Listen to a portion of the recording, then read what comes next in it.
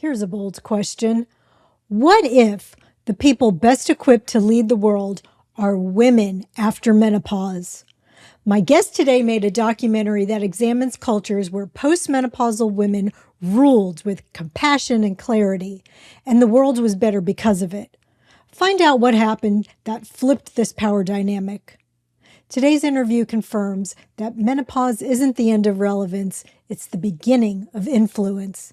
You can watch this documentary at bingeable.net/wisewomen. The link will be in the show notes. If you'd like to add more plant-based meals to your life that are packed with fiber and nutrients, you can download my free cookbook at wellelephant.com after the show. I have adapted some of your favorite foods like lasagna, pasta salad, and honey mustard dressing to make them whole food, plant-based, oil-free, and low-fat. And if you're really ready to take control of your health and heal your body the way that I did, check out my online class, Ace Plant-Based Eating, while you're there. Once again, thank you for listening. You mean the world to me. Okay, let's get on with the show. Hi, friend. Are you looking to age healthfully, confidently, and vibrantly? Then this podcast is for you. Smart, slightly salty, irreverent, and thought-provoking. I'm Lauren Bernick, and this is Age Like a Badass Mother.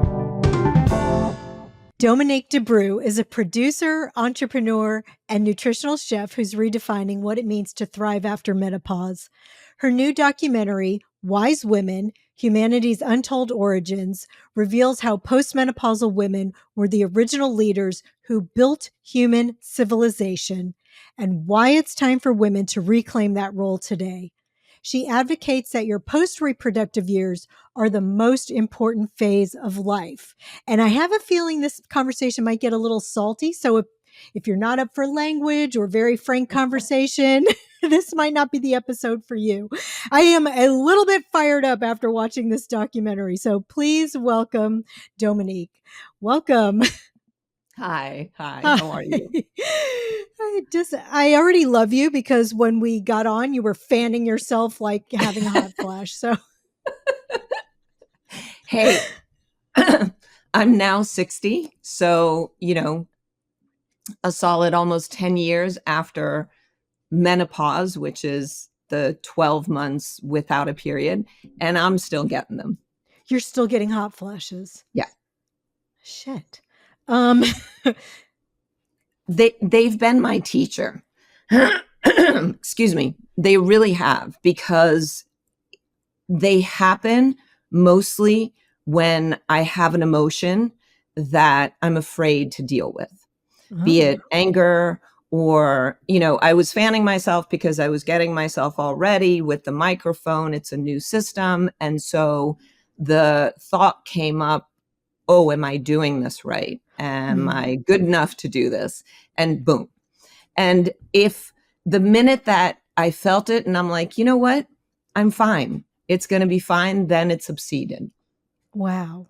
Yeah. I mean, I think that you're right. It is a teacher, and I have to, I'm actually having the opposite experience this morning.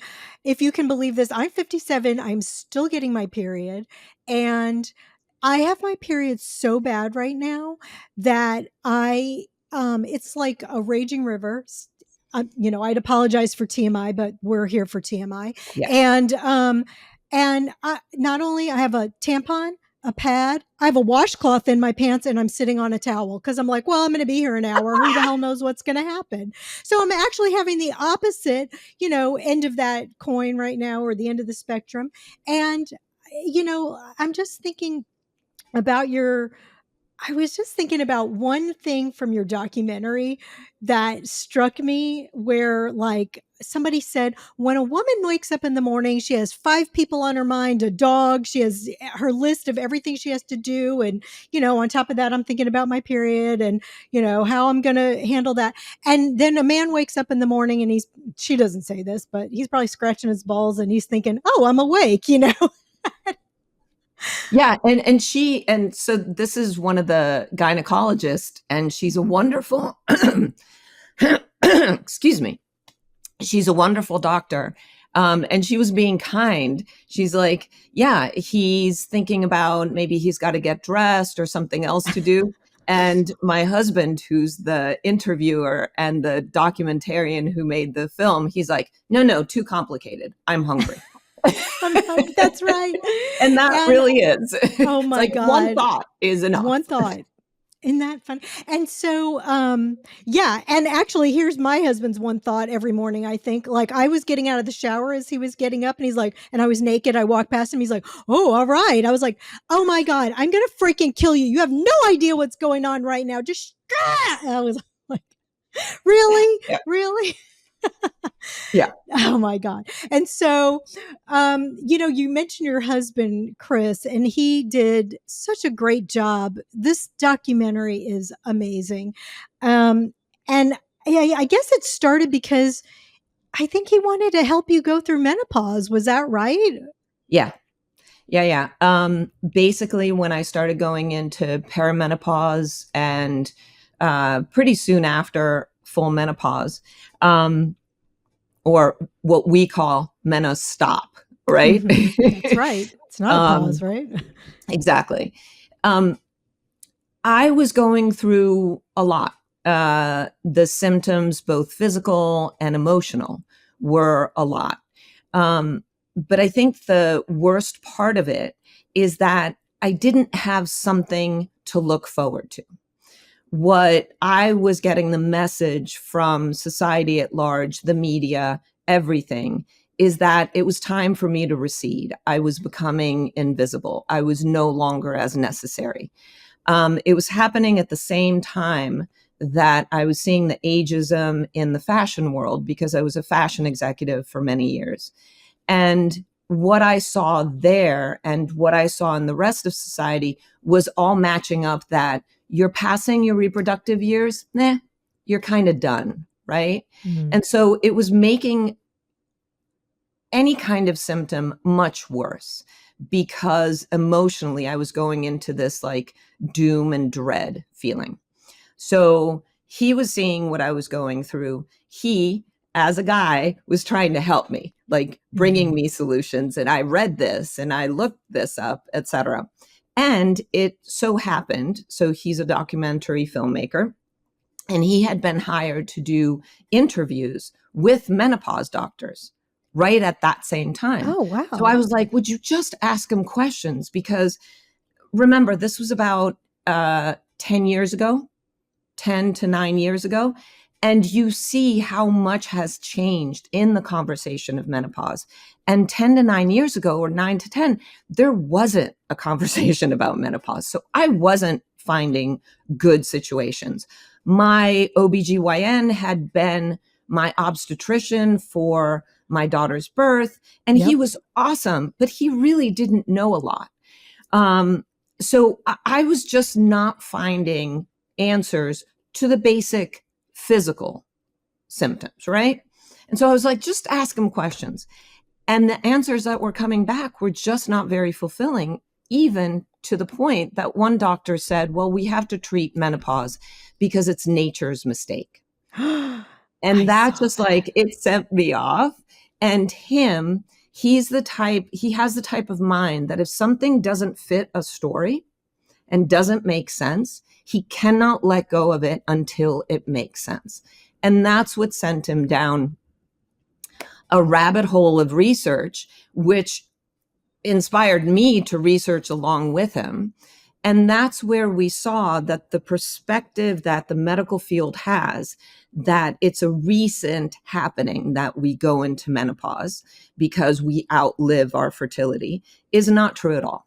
And anthropologists have known this for a while, that we have had post-menopausal females all the way back to before we were Homo sapiens. And then the film takes through how it is that those post-menopausal females helped us grow our brains and become the humans that we are. And we were matriarchal for a good long time. And then we had this mistaken thing that happened that switched it over to patriarchy. And right now, I think we would do much better if we at least balanced it out, if not went back to women who care about the community, caring about all of us. And when you're post-menopausal, you have all that nurturing and caring intrinsically. Then you've had your lifelong experiences and wisdom. And then you're not up and down and all being tugged around by the hormones and worried about the reproductive stuff. So or it's your family and all the things you have to take care of. Yeah, exactly. So that's why I call it one of the most important parts of our life, because we take everything that we've learned and we can give back to the greater whole. Mm-hmm. So now you said 9 to 10 years ago, you weren't doing these interviews. Were you doing these interviews 9 to 10 years ago? Because you guys look exactly the same. That's when the research started. That's what it all, and then finally, we were trying to raise the money to be supported to do this documentary. And then finally we're like, look, it's sad to say, but both the corporate world and the Hollywood machine still doesn't see the importance of older women. Right. That we watch a tremendous amount of movies. We are some of the most biggest consumers, right? Be it across the board, beauty, fashion, food, cars, etc. Everything. Real estate. Yeah. And so it was really challenging to raise money. So we're like, we got to do it ourselves. And he started looking for the anthropologists and, like making all the relationships about 4 years ago, and started research and started interviewing about 3 years ago. And it took about a year to do that and then edit. It's incredible. And, and also I want to say, Margaret Cho is one of the producers, and she was incredible. I love her. She was so good in this, just so honest. And okay, so let's go back to the one. And can I tell you personally, yes, she's as great as she seems. So I figured that she's just like one of those women who seems very supportive of other women. And very smart and frank. And if you want to know what she thinks, you just ask her. Right. Exactly. And funny, let's not forget. Yeah. So, you brought up something that I thought was really important, that we medicalize menopause, doctors mostly because it was probably for a long time men in charge of medicine. And, your husband asked the question, is menopause a mistake? Because one of the doctors, I guess, said menopause is a mistake. So what do you say to that? What is the answer to that? Excuse me, I'm getting over a cold. So yeah, of course.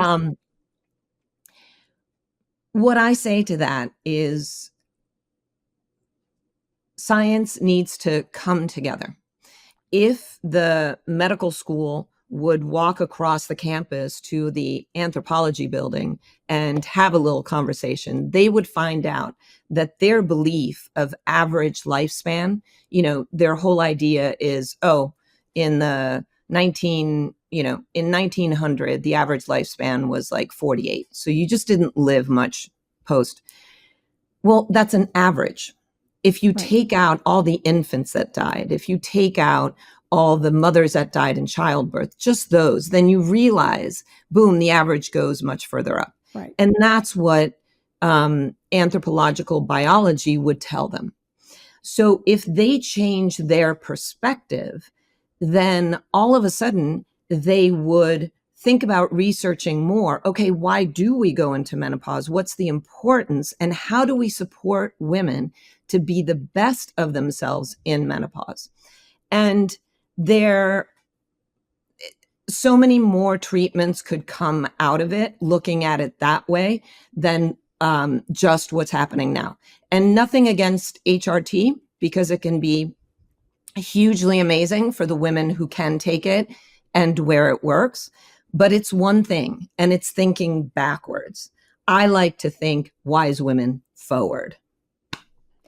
Yeah. And okay, so I think the whole point is that women used to rule the world, matriarchy, and I things would were say run the world, because okay. what Run, you're happens right. when we come into a powerful position, I've seen this in corporate life so many times, that if it's a woman, most of the time she would bring around a council and hear Yes. everybody's ideas, right? Instead of Yes. ruling, which is one Yes. point up at the top and telling everybody else what to do. That is a very good distinction. Thank you. Yeah, I'm used to the patriarchal language. Yeah. And and so women used to run the world. And because and the post specifically postmenopausal women, because they were great leaders, with the caring and the organization, and like you said, the council, they were attentive leaders. And so I guess your findings are that well, I could talk about the anthropological aspect, because I found that incredibly fascinating. Like when we got fire, or when, humans discovered fire and they could cook their food, then the size of their jaws changed, and then, their brains expanded. Can you talk about that part a little bit? Because I found that fascinating. Sure. And it was an article that I saw years ago. Because I'm a nutritional chef, it came into my feed because anything that has to do with food and cooking and nutrition, etc. And it's a finding that anthropologists started looking at the fact that when, pre-Homo sapiens, or groups before that, found fire and were able to cook food, then all of a sudden the huge muscles that we find, for instance, in gorillas and chimps, et cetera, because of how much they have to chew their raw food, started easing up. And that could possibly allow for the brain to grow, because those muscles were actually keeping the skull flatter, right? So I brought that to Chris, and he's like, wait a minute. So he started to talk to anthropologists that dealt with fire, and how we found fire and how we started using it. And here's the interesting thing for anyone who's gone camping. If you think about the challenge of keeping a fire going in different climates, and then also deciding, okay, who's going to sleep around the fire? How are we going to keep predators away? All of that. It's very complex social structure. It's not just, I'll go hunting, you go gathering. It becomes a much more social complexity. And that's another belief in anthropology, that that's what helped us grow our brain. Because, as we say in the film, we had a very fast brain growth, in the geological time frame, where our brain grew 5 times the size in 200,000 years, which is a tiny bit of time when we're talking millions, right? Right, right. And that's probably where it started. Now, the social complexity, the females, and especially the post-reproductive females, were much more capable at holding us together at that time when we stopped around a fire. And the men were compliant, as far as you know, or were they just leading the women, or the whole tribe, or the whole group? I think it was, as we can see in some matriarchal native cultures that still exist in the Amazon, in Australia, etc. It's not compliancy. It doesn't need to be compliancy. Whoever is better at doing whatever job did it, and they were celebrated for that. God, it's And just I can't even listen to my language. Like, I can't even wrap my head around this. Like, I getting know. men to listen to you, like the men just went along. It does. It's so out of my thinking. Yeah. that this just happened, that, oh, they were the better leaders and did a great job. And so everything was good and people just went along with it. Look, I use this very easy example because both men and women that I've given this example to get it right away. If there is a friends and family Thanksgiving get together to organize, is it going to be the man or the woman who's going to do it better in the couple or in the friends, etc.? And my husband, so the director and auteur of this film, is a genius. And I don't mean that just I love him. He's actually, on paper, in numbers, a genius. I could kind of get that from him. Yeah. And he has organized film sets. He has done multiple days of film production, et cetera. So it's not that his organizational skills are in question. But if I put to him, okay, we've got all sorts of different friends, different family, different diets, different emotional needs, different ideological needs, and they're all coming in. We've got to find a place to stay, exactly what we're going to make, try to make everyone happy. You can see that his eyes just go into panic mode. Right. And he would run it extremely well. It would be on time. Everybody would get fed, but it would be focalized. Because for him to deal with it, it's like, no, just this much food, just this, just that. And people would have an okay time, not a problem. But what I could create, people would feel like, oh, I've been heard, I've been seen. And that's the difference. Yes. It'd be and that's what we're warmer. not seeing in our leadership right now, right? And if you take a look at Iceland, you've seen it there. If you take a look at New Zealand, you've seen it there. You've seen it in Germany. So any place where females have come into a leadership role that has been able to have this, you've seen that. Yeah, that is a very good example. I mean, it really is. And yeah, my husband, we always have a huge Thanksgiving here. That's a great example. I probably have 20 to 30 people every year. It's a huge to do.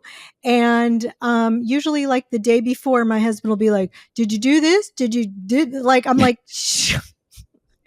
Yeah, Please, 3 weeks ago. Thanks for thinking about that the day before Thanksgiving. I appreciate that. And it's like you said, my husband is also brilliant and he's an amazing man, but you're right. It's maybe a different skill set. And yeah, I think that's a good way to explain that. I think that your husband, I just want to talk about him for a second because you could just tell how much he loves you, and wanted to help you, and how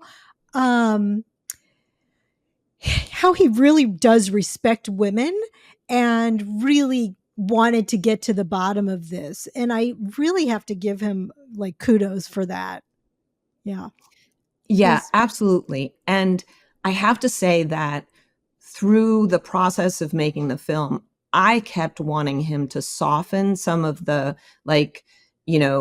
down with patriarchy or men have a simpler brain, et cetera. You've got to, because I love him and I love men. Yes, I, same. have 6 older brothers, so, et cetera. But for him, he has seen how patriarchy has kept him down and has given him a box to fit into that he does not fit into, and how other male friends are kept down by it. So for him, when he started realizing all of these things about post-menopausal women, he was like, oh my God, we have to exalt him again because we have to get out of the shit show that we're in. I know. You could really get that from him. And so I want to ask you, I want to come back to the film in a second, but I want to ask you, what did your menopause experience look like? And what did you do? Did you take hormones or anything like that? Sure. So my menopause experience was my perimenopause. It might have been longer than I knew. But at the same time, I was dealing with a very bad case of Lyme disease that had gone neurological. So I was dealing with that. And when I got better from that, it was a very short time that then other symptoms started showing up. So I could have been perimenopausal even through that, but not knowing. And when the perimenopause happened, it was just wild emotional swings, lots of bleeding, to the point that there was a suggestion of a hysterectomy, which luckily I didn't have to have, but all that kind of stuff. And then, boom, the menostop, and lack of sleep, muscle pain, joint pain. So kind of the whole range of stuff. I had some of everything, some worse, some better.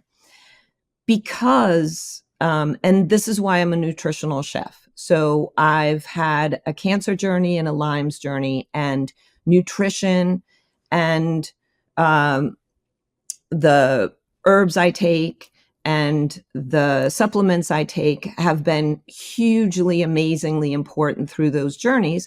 I went down the same road because, 8 years ago, I was told you can't take hormone replacement because of your cancer and your family's cancer.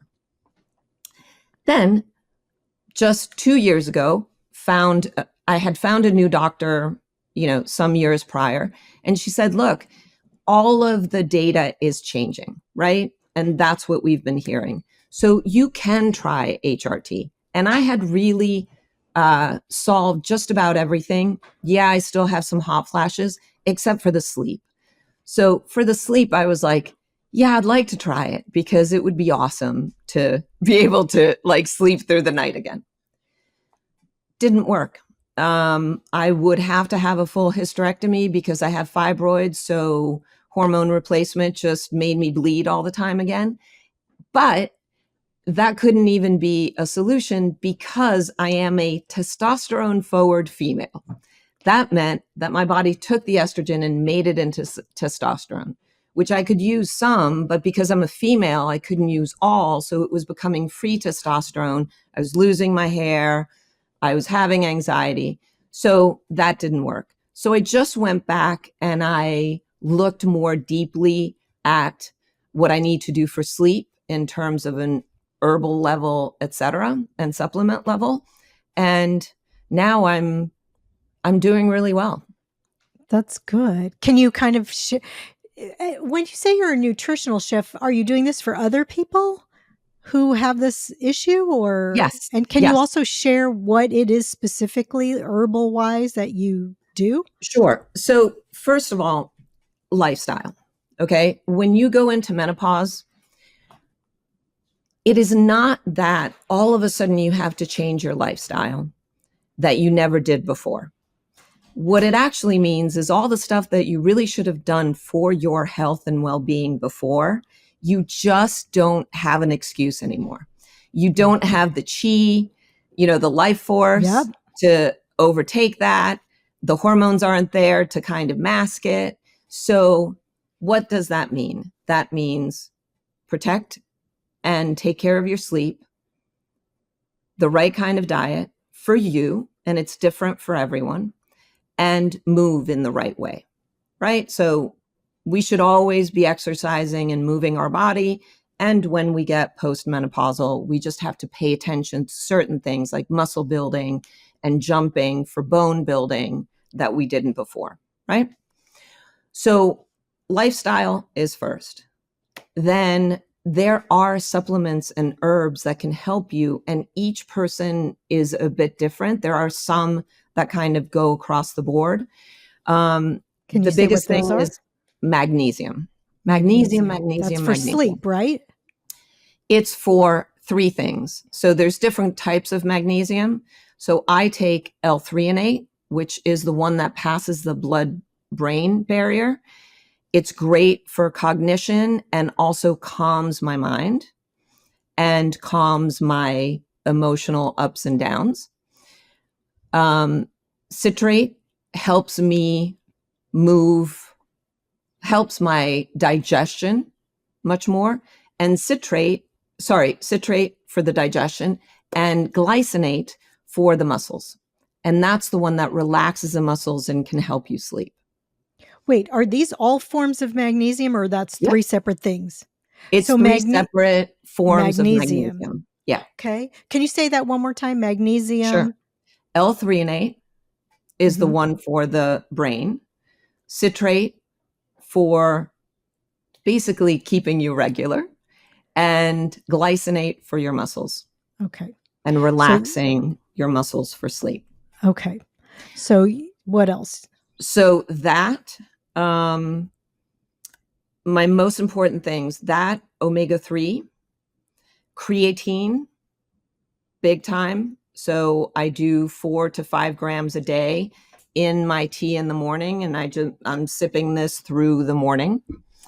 And then what works for me for sleep is I eat some freeze-dried tart cherries because the juice is too high in sugar. At the end of the day, they're a great snack anyway. And I do take a tiny bit of melatonin because it seems like I'm just not creating enough. And jujube is what works for me. Yeah. What is that? It is it's a plant that has been used in Asia for a tremendous amount of time. And I do a tincture of it. And I do 20 drops a night. Oh man, that's good. And that helps you sleep through the night. Yes. And I still wake up, but I wake up and I go right back to sleep. So I still get good, solid sleep. Good. And so I asked you, so you do this for other people, being a nutritional chef? Yes. So how I work, I'm not a trained nutritionist, although I do have a nutrition minor from university because that's when I had my cancer situation. So I kind of delved into a bunch of learning there, and then my entire life of nutrition information for myself. But I do not have a nutrition degree. But what I do have is the ability to take your diet. Let's say you have just lately found out that dairy is just not good for you. And your comfort food, one of them is mac and cheese. I'm going to create a great non-dairy mac and cheese for you that you can start switching into, and that becomes your comfort food. Because the most important thing of keeping a long-term healthy lifestyle in the diet area is that you feed your soul with it. Yep. You know, those foods that make you go, and that remind you of something deep that you can't even fully explain. They just make you happy. So that's what I do. I have gone much more plant-based as I've aged. And that's because that's how my body works best. So I started a company called Altro Food, and it's a partnership with an Italian company that started this, and then we made different ones together. And these are pea protein mixes that you can use to make burgers, little veggie balls, loaves, cutlets. And I get to dupe all of my favorite foods like bolognese, cutlets marsala, cutlets piccata, stuffed peppers. I'm Italian, if you can't tell, with plant-based stuff. So that's an example of something that I do. Oh, well, you're speaking my language because, I do the same. I don't do that. Like I haven't created a company like that, but yeah, I definitely try to take any kind of thing that I used to eat before I went whole food plant-based and make it that's what I love about eating that way is, you could eat a healthy version of anything that you used to love to eat before that. So, okay. I love that. And I like that you took control of your situation. Have you ever heard of Jane Hardwicke Collins? No. We had her as a guest maybe close to a year ago. And she does like these, it's a why she's actually she calls her thing Wise Women Retreats as well. And she talks about going through menopause the wise woman way. And what you just said before, like, if you haven't taken care of yourself, this is now, there's no excuse that Yeah. this is the time you have to take care of yourself. And she largely said the same thing. And she said, this is the autumn of our lives. Like, we're, kind of reaping what we've sowed. So whatever Yeah. we did in our life to take care of ourselves or not take care of ourselves, it's showing up. And now we have to pay attention because it's getting our attention, like grabbing us by the, where you cannot ignore it. And and it's so funny to me that you're both saying these wise women things, and we are having to, as a tribe, tell each other, this is what you do. This is what you can take, girl. This is, how I'm doing it. This is what's helping me. And it's not going to help everyone, but, we have to have that information, that dissemination of information, so that we have to do this for each Absolutely. other. I love Yeah, it. absolutely. And learning about adaptogens like lion's mane and ashwagandha. It's now, as we are in the wise women phase, it's also time to use that wise women energy and learn and grow. And for me, so here Chris was trying to help me with this movie.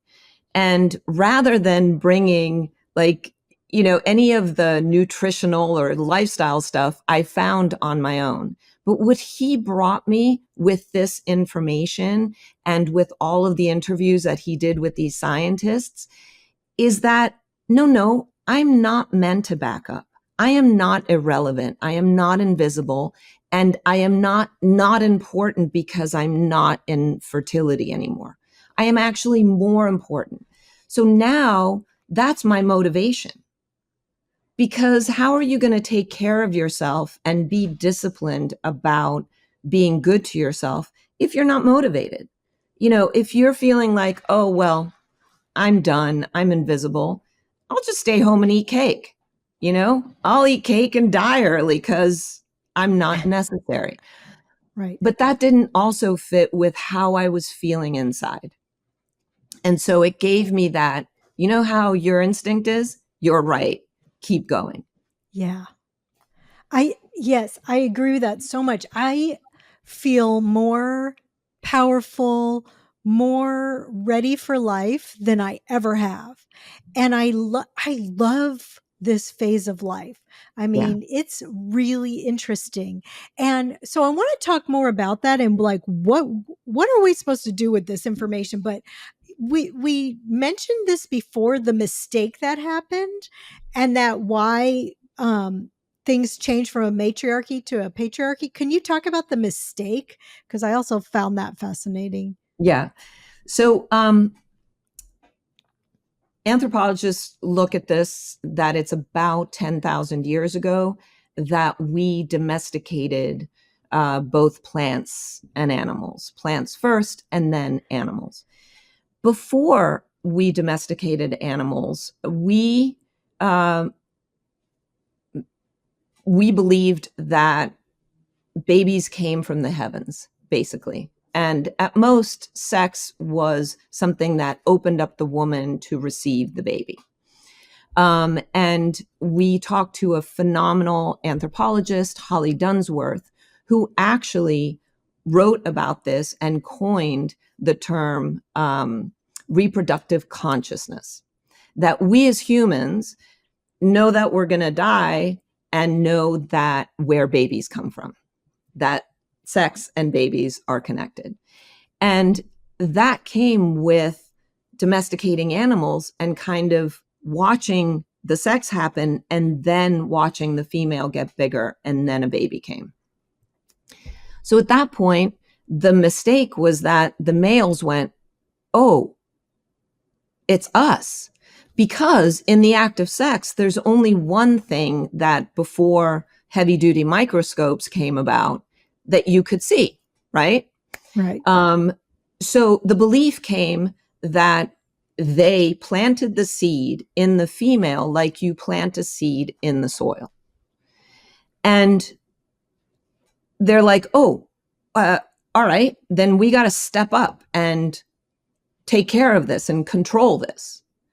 And that's what happened. And so when males stepped up, and it wasn't something mean or anything like that. It was just, they're stepping up. I'll take care of the big Thanksgiving. Mm-hmm. And what needed to happen, things, simplified, because then we can take care of it and we can control it. And, things became more step-like and more pointed in patriarchal terms. Yeah, I found that really interesting. So that once they got all involved, then I don't want to say it all went to shit, but and then the last thing I want to talk about it before we really talk about, okay, what are we supposed to do with this information, is the bonobos. I thought that was also really so fascinating. Can you talk about that just a little? Absolutely. So we, in the process of making the film and kind of late into it, we were given the book, The Bonobo Sisterhood. And it's Diane, who wrote it, is a professor at Harvard, and she has been, as a lawyer, she has worked largely pro bono for women who are in violent situations, who get misrepresented as the, basically helping women. And what she puts forward is that bonobos, as a society, have basically taken away male sexual coercion on females. And the way that they've done that is that if any female feels herself in danger at all, she makes a sound, ee, ee, ee, and any other female that's around, whether they know her, anything, if they just hear the sound, they come running. I love that. And they push off the aggressive male. And if he won't go off, there's, been times that they've been quite violent, biting off a toe, etc. But push him off and basically send him to have some alone time. Time out. Exactly, time out. And if he comes back and is apologetic and nice, and he's let back in. If he doesn't, then he is now ousted from the society. And in that, if you read the whole book, it's a phenomenal book, so read it. It shows how patriarchy is actually quite simple to get around by us all just coming together, because patriarchy divides us, right?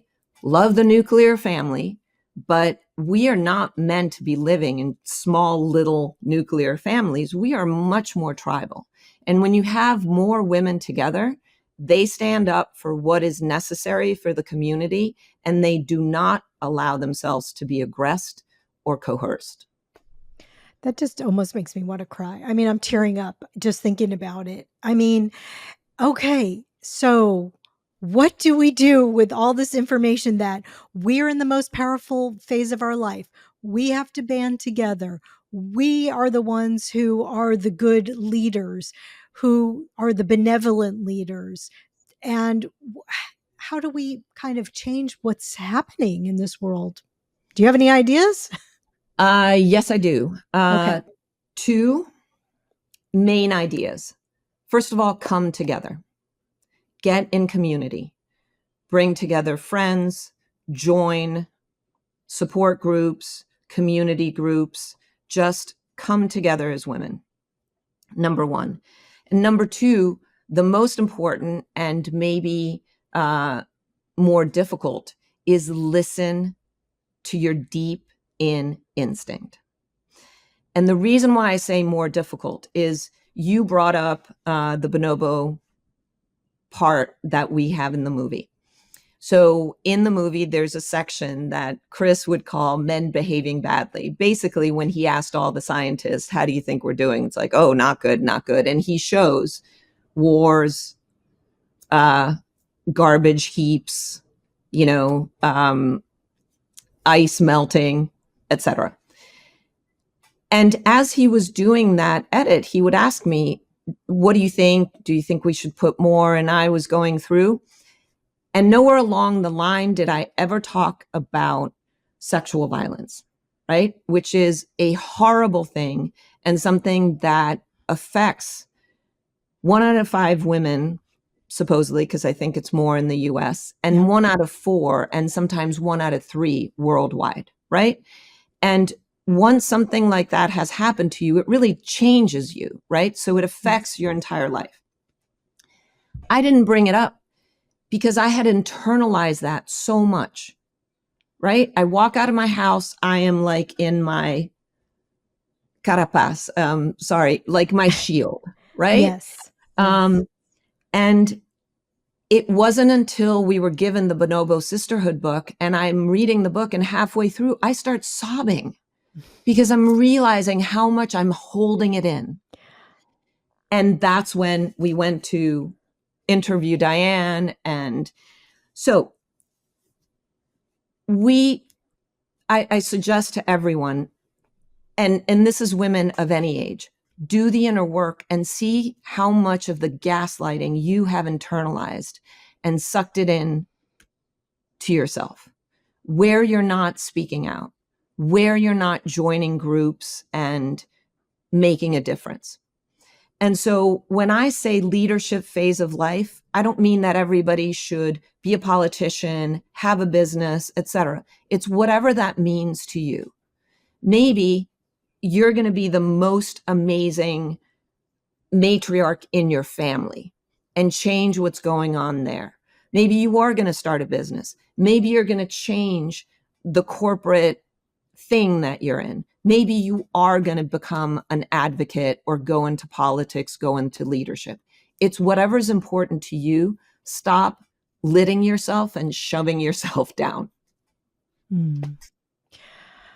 It's funny that you said you started sobbing during the book, and I just said I almost started crying just talking about it. It is such a unspoken, unconscious thing that we carry around, no matter what. Like, it's just as a really small example, like we go walk our dog at night. I'll go with my husband, and he always wants to go through this dark, big parking lot. And I'm like, and there's cars there. And I'm like, no, I don't feel safe. And he's like, why? And I'm like, the fact that you have to ask me why says everything. You have no idea what it's like to be a woman, in that you feel unprotected in a way, that you're scared of what's going to jump out of that car and attack you. And he never thinks about it. Exactly. Because nothing's going to come out and attack him. No. Mm-mm. Yeah. It's really interesting. I really like your suggestions. They're very good. So how and where can we watch this film? And again, it's called Wise Women, Humanity's Untold Origins. Where can we watch it? So on a new platform, it's called bingeable.net. And we'll get you a link, and that you can put it in the description, and people can just use that link to go and rent the movie. Okay. Awesome. And pass that link on to friends. And this is really, we're all of the age where you're probably going to remember a shampoo commercial. I told 2 friends, and she told 2 friends, and so on and so on. Yeah. This is really how the message is going to get out. By women telling each other, telling their men, and just passing the conversation on like that. It's so good. And you did such a good job. I'm so proud of you. And I'm so glad that I got to meet you and know you. And, I just, what I always ask at the end of the interview, what is your best piece of advice for aging well?